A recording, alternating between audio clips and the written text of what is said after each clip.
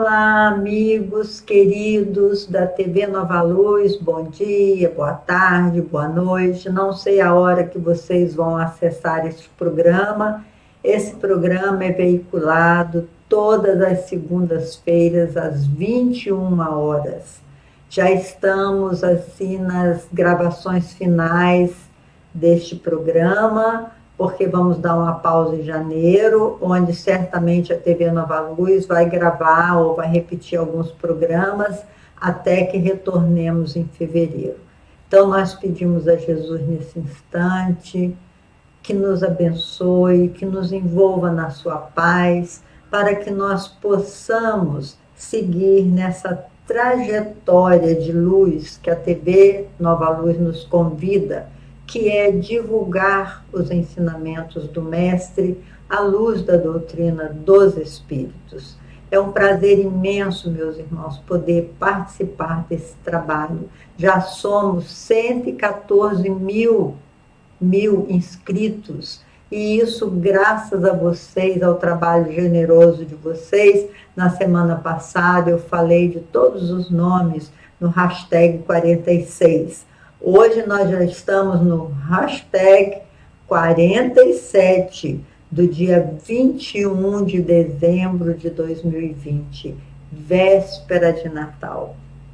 Não sei vocês, meus irmãos, mas eu era de família muito humilde de Volta Redonda. Meu pai era operário da CSN.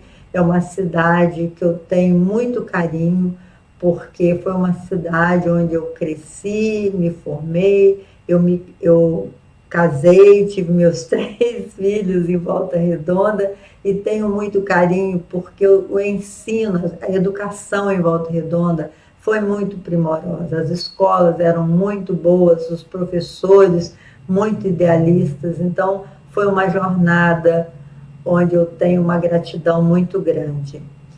E eu falei isso para lembrar que a minha mãe era costureira na cidade de Volta Redonda. Ela costurava para fora. Nós éramos 5 irmãos, então precisava que todos colaborassem, né? Que o salário antigamente era pequeno para uma família numerosa, que eram 5 irmãos. E a minha mãe costurava para fora. E no domingo ela nos aprontava todas lindas para ir à missa. Ela ainda gostava de ir à missa. Meu pai não, sempre foi espírita, mas ela ainda gostava daquela vida social da igreja, e ela nos preparava todas arrumadinhas para ir à missa. E hoje, quando eu estava botando esse colar e me aprontando para gravar, eu me lembrei da frase do papai, que ele dizia assim: você vai botar a roupa de ver Deus? A roupa de ver Deus era a melhor roupa que a gente tinha para ver, né, ver Deus lá na igreja, ver Jesus. Então, nos domingos, a gente tinha como hábito colocar a roupa de ver Deus. Então, por isso eu botei um colar de ver Deus hoje, porque nós vamos falar do Natal. Eu sei que este Natal vai ser muito diferente, porque os nossos filhos, com raras exceções, não podem estar conosco, não só porque estão longe, mas porque a pandemia os impedem de vir, de viajar, de pegar um voo e vir estar com seus pais, até porque, como nós somos idade de risco, eles ficam super preocupados de querer estar conosco. Então, nós vamos ter um Natal assim, via internet, né? Como nós estamos tendo todos esses encontros entre nós via internet. Nós já estamos na reta final, meus irmãos. É só ter mais um pouco de paciência, a vacina chega e nós vamos poder retornar ou retomar a nossa vida de antes, mas de forma muito mais amorosa, muito mais intensa, muito mais consciente das escolhas que devamos fazer. Esse período de reclusão, para todos nós, tem sido de uma misericórdia divina enorme, conforme falamos na semana passada. E na semana passada, nós falamos sobre o livre-arbítrio e terminamos o estudo lembrando da música do Almir Sater, onde ele fala que todos nós podemos escrever a nossa própria história, né? Que ele diz assim, cada um de nós constrói a sua história, cada ser carrega em si o dom de ser capaz e de ser feliz. Todos nós carregamos esse dom de ser feliz. Eu sempre digo para as pessoas que a minha vocação e a da minha família toda, porque meus primos, meus irmãos constituíram também famílias, a nossa família adora sorrir, adora rir e até gargalhar dos próprios erros, porque é uma vocação que nós desenvolvemos de gostar da vida, de gostar da existência, porque nós sabemos a importância desta existência na nossa caminhada evolutiva. Então, hoje nós vamos fazer um programa especial para desejar a vocês um bom Natal, que vocês vistam a melhor roupa para comemorar via internet, ou às vezes até sozinhos mesmo, dentro da sua casa, ou dentro do seu tugúrio, né, da sua casa muito simples, ou nas praças, que você possa lembrar do nosso mestre. Esse mestre que nasceu numa manjedoura, que ele podia ter escolhido uma posição social alta, mas ele preferiu nascer entre os bichos numa manjedoura para nos ensinar que o mais importante da vida não são as indumentárias, né? Não são as roupas, mas são os valores eternos, os valores morais. Por isso que nós vamos lembrar Jesus, o modelo e guia da humanidade, que na questão 625, os Espíritos disseram que o ser mais perfeito que encarnou na Terra, né?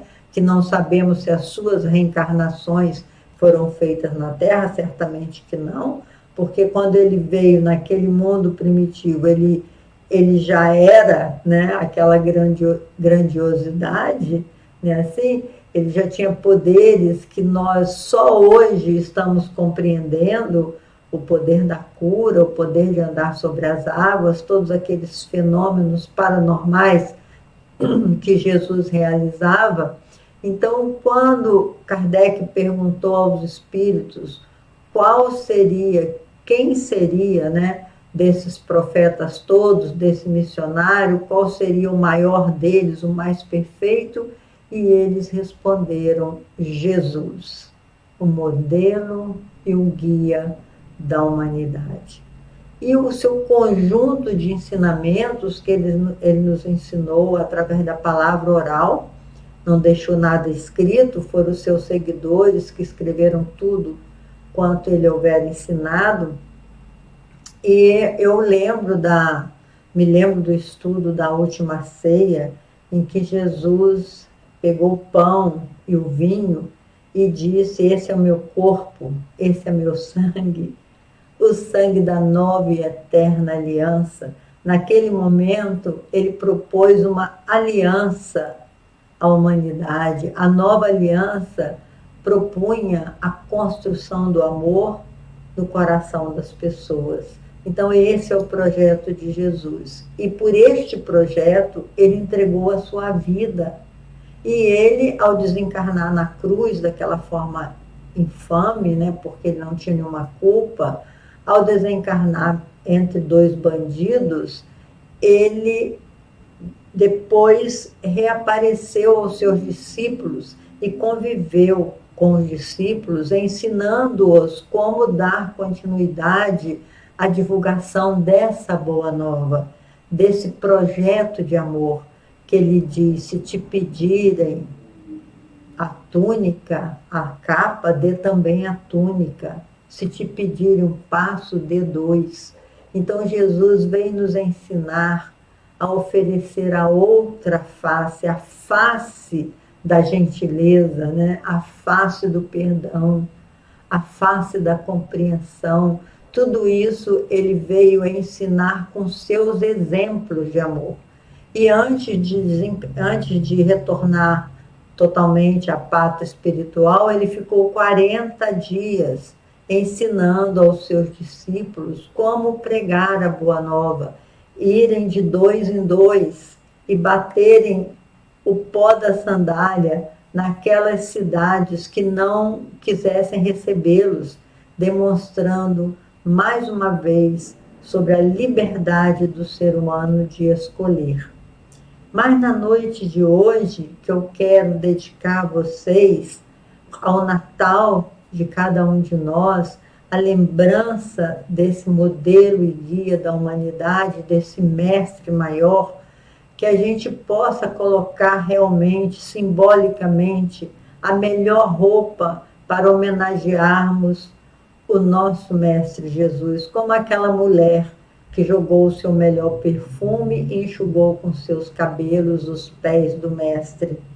Então, nós vamos lembrar o Sermão do Monte, onde ele disse assim: não amealheis os tesouros que os ladrões roubam e as traças corroem.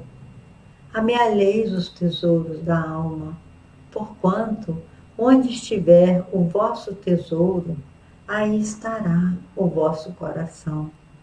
Não vos inquieteis em perguntar: o que comerei? O que vestirei? O que beberei? Não vale mais o corpo do que as vestes? Não vale mais a alma do que o alimento? Olhai os pássaros dos céus, não abastecem celeiros, e, no entanto, o nosso Pai Celestial os alimenta. Olhai os lírios dos campos, não fiam, não centeiam, e, no entanto, nem Salomão, com toda a sua glória, se vestiu como um deles. Ora, se o nosso Pai Celestial veste com tamanha beleza as ervas que hoje estão no campo e amanhã serão lançadas na fornalha, quem dera a vós que sois os seus filhos diletos. Buscai primeiramente o reino de Deus e a sua justiça, e tudo mais lhe será dado por acréscimo. Não vos inquieteis em perguntar. Agora mesmo eu estou dizendo a vocês, vistam a sua melhor roupagem para homenagear o nosso mestre. Mas isso é uma coisa simbólica, meus irmãos, que não é o mais importante. O mais importante é a roupagem espiritual. Se apresente a Jesus com toda a humildade em dizer-lhe: Senhor, me ajude, Senhor. Ainda sou apegada a essas coisas exteriores, ainda sou apegada a esses valores. Me ajude a caminhar, a me tornar uma pessoa melhor. E nesse Sermão do Monte, ele fala das bem-aventuranças. As bem-aventuranças, nessas bem-aventuranças, ele descortina para nós a nossa caminhada evolutiva. Quando ele diz: bem-aventurado os pobres de espíritos, porque é deles o reino dos céus. Pobre de espírito somos todos nós. Todos nós fomos criados simples e ignorantes. Pobreza no sentido de ignorar. Nós todos fomos criados simples e ignorantes, na nossa simplicidade primitiva. Desde a monera até a angelitude, o homem escreve a sua escalada evolutiva, desde do elemento material mais simples, né? Então, Jesus nos chamou de pobres de espíritos. Nós somos bem-aventurados, porque nós fomos criados pobres, mas com potencial do amor e da sabedoria. Então, é nosso o reino dos céus, é de todos nós, seus filhos, que fomos criados à sua imagem e semelhança. Depois ele diz, bem-aventurados que choram ou aflitos, porque serão consolados. Já é um segundo nível da nossa evolução. Quando nós começamos a perceber as nossas aflições e começamos a entender as causas das nossas aflições, nós seremos consolados. Mas é preciso que a gente compreenda o porquê das nossas aflições, o porquê da dor.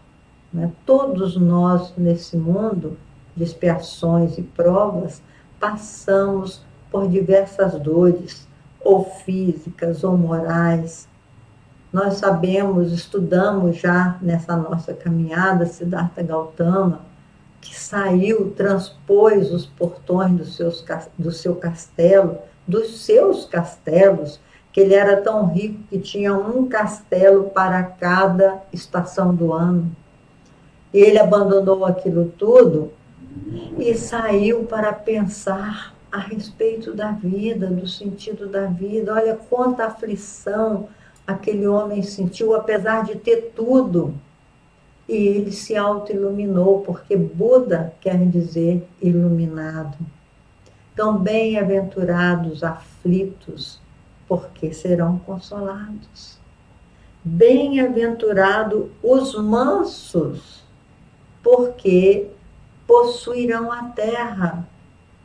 Então, já é um outro nível evolutivo em que nós, ao compreendermos a causa das aflições, ao compreendermos que todo mal que nós fazemos, as leis de Deus começam a se clarear na nossa mente. Todo mal que nós fazemos, eles voltam para nós mesmos. Como diz Denis, a lei circular da vida. Ele exemplifica de forma tão simples a água da terra com o calor, ela evapora, vira nuvem e torna a cair, e torna a ir, e torna a voltar. Então, a lei circular da vida nos mostra que o que a gente faz para o outro volta para nós. Não é? Isso, compreendendo isso, a gente começa a pensar, começa a desenvolver uma empatia com o outro. Será que eu, estando no lugar dele, eu gostaria dessa violência que eu tenho em mim? Eu gostaria de sofrer essas palavras duras, essa violência que a gente está assistindo de uma forma tão terrível? Se nós fôssemos relacionar aqui, meus irmãos, o que nós temos visto ao nosso redor de violência, de maldade, de fake news, de tanto antagonismo, de rejeição, se a gente fosse relacionar tudo isso, a gente poderia entender o quão distante nós estamos da mansuetude. E Jesus disse que os mansos vão ser herdados, herdarão a terra. Então a terra não vai ser destruída. Ainda com toda a nossa insensatez, que nós temos liberdade, mas não total, porque se nós não tivermos responsabilidade, a nossa liberdade será cerceada, como foi agora com essa pandemia, que foi um ato de misericórdia de Deus, já falamos sobre isso na semana passada.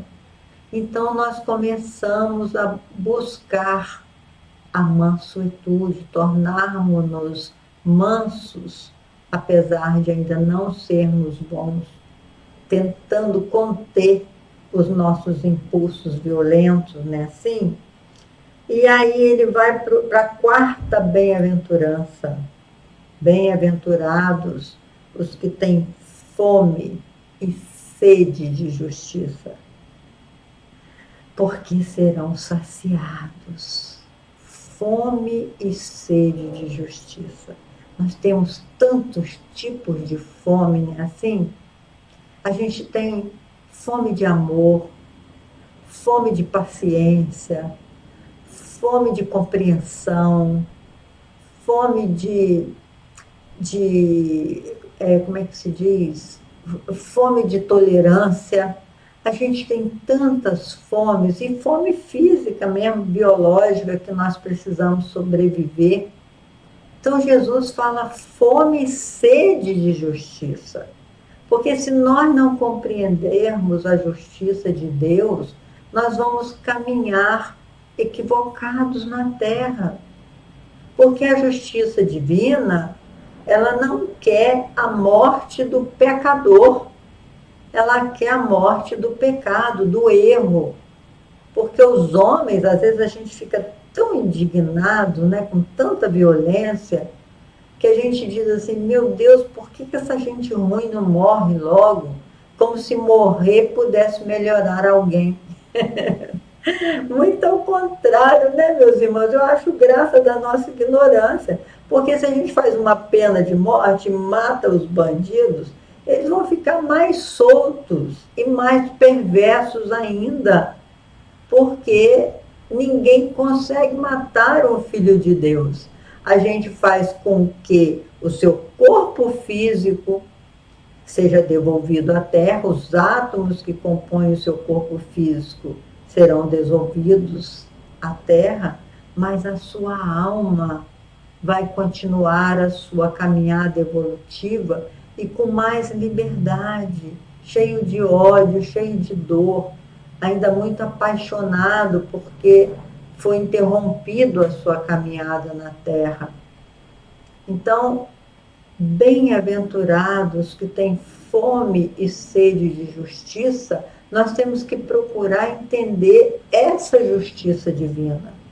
Nós só podemos compreender a justiça divina com a reencarnação. Sem a reencarnação, sem a certeza da reencarnação, porque a reencarnação deixou de ser hipótese, é uma tese que muitos estudiosos fizeram experimentações, a própria ciência com a regressão até a vidas passadas, né? Com a experiência quase morte. Tem um amigo meu que certa vez, eu acho que eu contei essa experiência para vocês, ele vivia rindo de mim, toda vez que ele chegava perto de mim, ele falava assim, não, já conversou com os espíritos hoje, ele brincava, né, que era muito amigo. E até que um dia ele teve um grande infarto e ele se desdobrou e encontrou com a sua vozinha. Já contei isso a vocês, é muito interessante, porque nessa experiência de quase morte, ele foi dado como morto e depois, através da como é que chama? Revitalização do seu coração, esqueci como é que chama isso, quando a pessoa volta da morte, né, o coração volta a bater, ele teve lembrança do que aconteceu quando ele desdobrou e viu o seu corpo, e a sua avó disse para ele, volta meu filho, que ele se assustou quando ele viu a sua avó. Ele falou, vovó, mas você não está morta? Como é que eu estou falando com você? A avó dele falou, não estou, mas você não vai desencarnar agora não, volta lá para o seu corpo, né? E ele depois veio me contar isso, foi tão lindo esse meu irmão, esse meu amigo, me contar isso, dizendo, Leila, realmente nós não morremos. E diz ele que a vida dele mudou totalmente depois que ele entendeu isso, e de como a vida é assim, muito transitória, né? Tudo passa. Então, bem-aventurados que têm fome e sede de justiça. É hora, meus irmãos, da gente procurar entender a justiça divina, para nós escolhermos melhor nessa vida. E nós seremos saciados quando nós batermos, como disse Jesus, a porta abrir-se-vos-á. Buscai e achareis. Depois, na quinta bem-aventurança, Jesus diz, bem-aventurados os misericordiosos, porque alcançarão misericórdia. Olha a lei da ação e reação.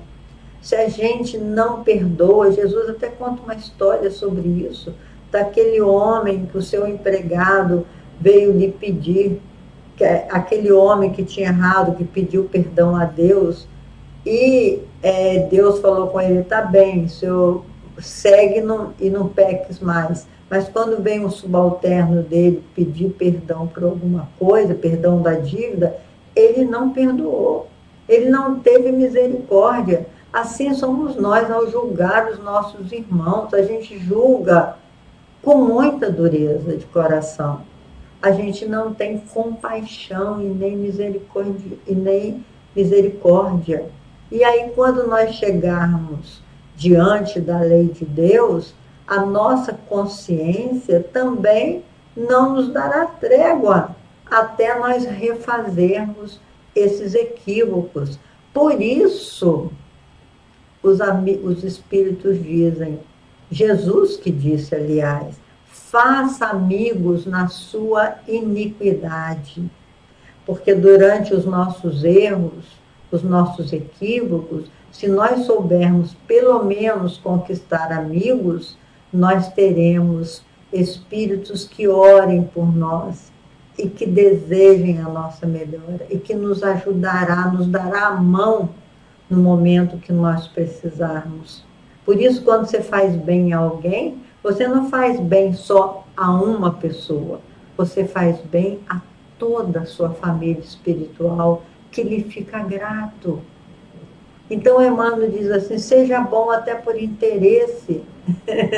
Ele fala, puxa, então eu vou granjear muitos amigos. Se eu fizer bem a esse aqui, eu vou ter mais amigos. Claro, imagina, quem faz bem para os meus filhos, para o meu marido, para o meu irmão, eu fico eternamente grato ou grata, porque é assim que a lei funciona. Por isso, o mestre, na quinta bem-aventurança, ele fala, bem-aventurados misericordiosos, porque alcançarão misericórdia. Já é um nível maior de consciência, viu? Ele está falando da nossa caminhada evolutiva, percebem? Depois, bem-aventurados puros de coração, porque verão a Deus. Como ser puro de coração, meus irmãos? É mergulhando para dentro de nós mesmos e examinando todo o lado sombra que ainda temos, toda a maldade, nossos impulsos de revide, nossos impulsos de raiva, as nossas mágoas contidas, tudo isso faz com que a nossa alma fique escurecida. É como diz Robélio, né? Eu acho que é Robélio no livro Nos Domínios da Mediunidade, no capítulo 1, Estudando a Mediunidade, esse mentor fala assim, a sua mente é como um espelho. Se você está com o espelho limpo, o espelho reflete o sol, reflete a luz, reflete você. Mas se o seu espelho está sujo, se você pegar seu espelho e enfiar na lama, ele não vai refletir nada, ele vai ficar embotado, né? Estagnado nas sombras. Então a nossa mente precisa ser purificada, precisa se tornar um espelho capaz de refletir a bondade. E isso é só mesmo dominando os impulsos de maldade que ainda reside dentro de nós.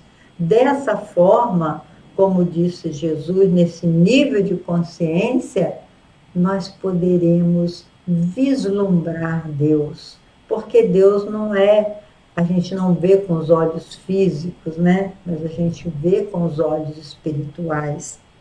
Depois, na sexta bem-aventurança, ele diz, bem-aventurado os defensores da paz, ou seja, os pacificadores, porque serão chamados filhos de Deus. Eu vos deixo a minha paz, eu vos dou a minha paz, não como o mundo vou lá dar. Porque no mundo a paz é uma ausência de guerra, mas a paz do Mestre é a paz na consciência, é a paz daquele que já alcançou a plenitude, que está feliz consigo mesmo, que ama a si mesmo e por isso é capaz de dar amor e felicidade ao outro. Bem-aventurados são esses.